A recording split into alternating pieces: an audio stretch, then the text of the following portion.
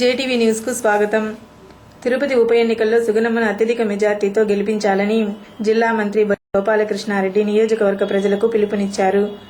బుధవారం తెలుగుదేశం పార్టీ ఆధ్వర్యంలో స్థానిక ఎన్టీఆర్ విగ్రహం నుంచి ప్రారంభమైన మహార్యాలీ Prakasam road, Gandhi road, Tilak road, municipal కార్యాలయం మీదుగా శ్రీకృష్ణదేవరాయ కూడలి వరకు కొనసాగింది.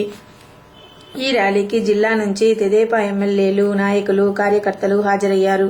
అనంతరం శ్రీకృష్ణదేవరాయ కూడలి వద్ద ప్రజలను ఉద్దేశించి మంత్రి బొజ్జల మాట్లాడుతూ దివంగత ఎమ్మెల్యే వెంకటరమణ అసంపూర్తిగా వదిలిపెట్టిన అభివృద్ధి కార్యక్రమాలను ఆయన సతీమణి తెదేపా అభ్యర్థి సుగుణమ్మ కొనసాగిస్తారని హామీ ఇచ్చారు. ఇందుకు రాష్ట్ర ప్రభుత్వం తన సంపూర్ణ సహకారాన్ని అందజేస్తుందని స్పష్టం చేశారు.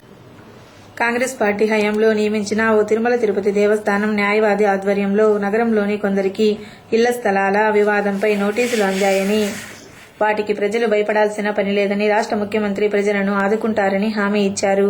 తిరుపతి ప్రజలు అన్ని రకాల సమస్యలను పరిష్కరించేందుకు సుగుణమ్మ వెంట ప్రభుత్వం ఉంటుందని స్పష్టం చేశారు. అంతకుముందు చిత్తూరు ఎంపీ శివప్రసాద్ మాట్లాడుతూ రుయాకు వచ్చే రోగుల సహాయాల కోసం రాష్ట్ర ముఖ్యమంత్రి తిరుమల తిరుపతి దేవస్థానం ఈవోతో మాట్లాడి అన్నదాన కార్యక్రమాన్ని ప్రవేశపెట్టిన ఘనత దివంగత వెంకటరమణకే దక్కిందన్నారు. ఈ ఎన్నికల్లో తెదేపా అభ్యర్థి సుగుణమ్మను గెలిపించాలని కోరారు. నగర మాజీ ఎమ్మెల్యే చదలవాడ కృష్ణమూర్తి మాట్లాడుతూ సుగుణమ్మను పార్టీలకు అతీతంగా గెలిపించుకోవాలన్నారు. తెదేపా నాయకులు డాక్టర్ సిపాయి సుబ్రహ్మణ్యం మాట్లాడుతూ తిరుపతిని అభివృద్ధి పదంలో నడిపించే సత్తా తెదేపాకే ఉందని, ప్రజలు తెదేపాను గెలిపించాలని కోరారు. అనంతరం తెదేపా వైద్య విభాగం జిల్లా అధ్యక్షురాలు డాక్టర్ సుధారాణి మాట్లాడుతూ దివంగత వెంకటరమణ చేసిన అభివృద్ధి కార్యక్రమాలను ప్రజలు మర్చిపోలేదని, ఆయన సతీమణిగా సుగుణమ్మ ఆ వారసత్వాన్ని కొనసాగిస్తారన్నారు.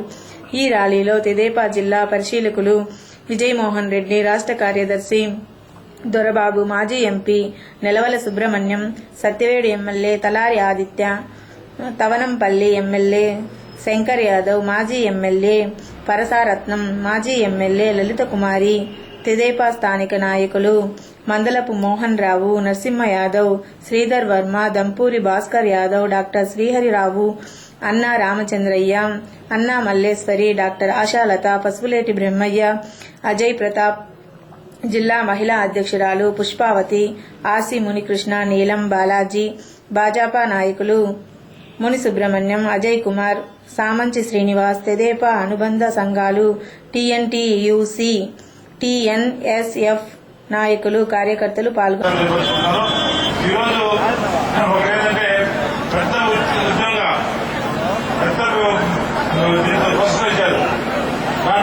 అందరూ డ్యాన్స్ చేశారు. నేను చూసాడేమో